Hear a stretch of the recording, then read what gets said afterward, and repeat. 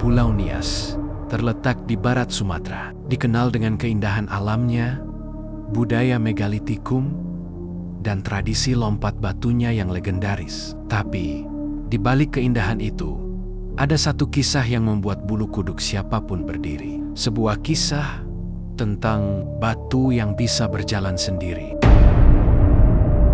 Bagi warga desa Bawo Mataluo, di Nias Selatan, batu berjalan bukan hanya mitos. Konon, mereka pernah menyaksikan sendiri batu besar di tengah hutan bergeser perlahan, seolah punya nyawa. Dan anehnya, setiap kali batu itu berpindah posisi, selalu ada kejadian buruk menimpa warga sekitar. Mulai dari gagal panen, penyakit misterius, bahkan kematian yang tak bisa dijelaskan. Sebelum kita masuk ke cerita menyeramkan, kita harus tahu dulu, Nias dikenal sebagai salah satu daerah dengan peninggalan megalitikum tertua di Indonesia. Batu-batu besar di sana bukan cuma pajangan. Batu itu dulu dipakai untuk ritual, tempat duduk raja, bahkan sebagai penanda roh leluhur. Beberapa arkeolog percaya batu-batu itu dipindahkan oleh manusia lewat sistem tradisional, pakai tali, kayu, dan banyak tenaga. Tapi warga lokal punya versi lain. Mereka percaya batu-batu itu bergerak sendiri karena ada roh leluhur yang menghuni di dalamnya. Cerita ini berawal dari tahun 1960-an, ketika seorang warga bernama Ama Bago sedang berburu di hutan dekat desa Lahusa. Di tengah perjalanan, dia melihat sesuatu yang aneh. Sebuah batu besar setinggi dada orang dewasa tiba-tiba terdengar bergeser pelan, seperti ada yang mendorong dari bawah tanah. Ama Bago mengira itu gempa kecil, tapi setelah dia amati, tanah di sekitar batu itu tidak bergerak sama sekali. Hanya batu itu yang bergeser perlahan, lalu berhenti. Seolah batu itu menyadari sedang diperhatikan. Ketika Ama Bago mencoba mendekat, dia mendengar suara lirih. Suara seperti orang berbisik dalam bahasa Nias kuno. Tapi tak ada siapapun di sana. Hanya angin yang berhembus pelan melewati pepohonan. Beberapa hari setelah kejadian itu, Ama Bago jatuh sakit. Bukan sakit biasa. Tubuhnya panas dingin, tapi tidak demam. Dia sering mengigau dan menyebut nama-nama yang tak dikenal. Sampai akhirnya, 3 hari kemudian, dia meninggal dengan wajah ketakutan. Mata terbuka lebar, seolah melihat sesuatu yang mengerikan.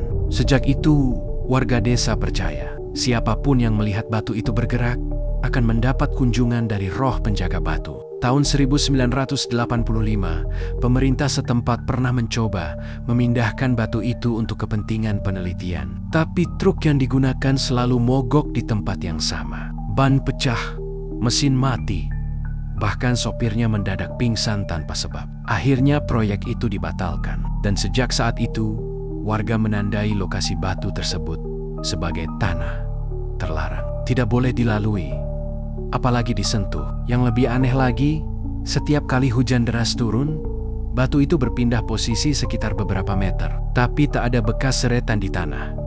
Batu itu seolah melangkah sendiri.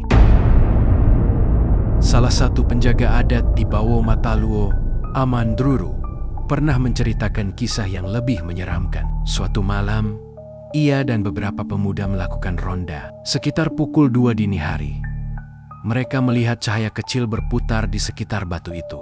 Ketika mereka mendekat, cahaya itu berubah menjadi bayangan besar menyerupai manusia tanpa kepala. Bayangan itu berjalan pelan mengitari batu, lalu menghilang begitu saja. Dan yang lebih mengejutkan, keesokan paginya, batu itu sudah bergeser 3 meter ke arah timur. Menurut cerita leluhur, batu itu bukan batu biasa. Konon, batu itu dulunya adalah seorang prajurit sakti yang dikutuk oleh dewa karena melanggar sumpahnya. Dulu, di masa kerajaan kecil di Nias, ada seorang prajurit bernama Haluo. Dia dikenal gagah berani, tapi juga sombong. Suatu hari, Haluo menantang roh leluhur dalam sebuah ritual adat.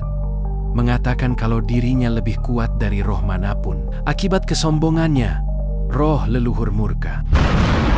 Langit bergemuruh, petir menyambar, dan tubuh Haluo mengeras menjadi batu. Namun karena kekuatannya belum sepenuhnya hilang, roh Haluo dipercaya masih bersemayam di dalam batu itu.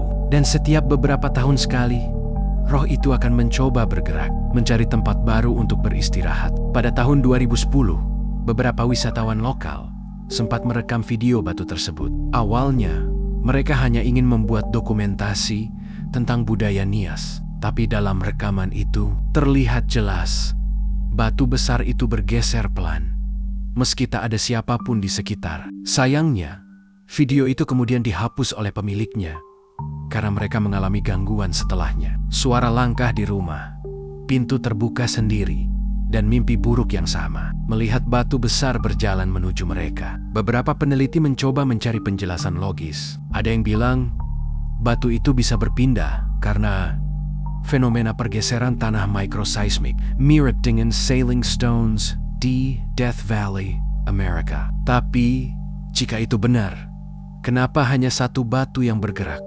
Dan hanya di waktu-waktu tertentu. Kenapa pula selalu disertai kejadian aneh dan suara-suara misterius? Hingga kini, tak ada yang bisa menjelaskan secara pasti. Bahkan warga yang tinggal di sana pun enggan membicarakannya. Mereka percaya menyebut nama batu itu saja bisa mengundang perhatiannya. Mungkin bagi sebagian orang, kisah batu berjalan di Nias hanyalah mitos. Tapi bagi warga yang tinggal di sana, itu adalah kenyataan yang harus mereka hormati. Pada malam tertentu, terutama ketika bulan purnama tinggi di langit, mereka mengaku masih mendengar suara langkah kaki di tengah hutan. Langkah yang datang perlahan dan berhenti tepat di depan rumah mereka.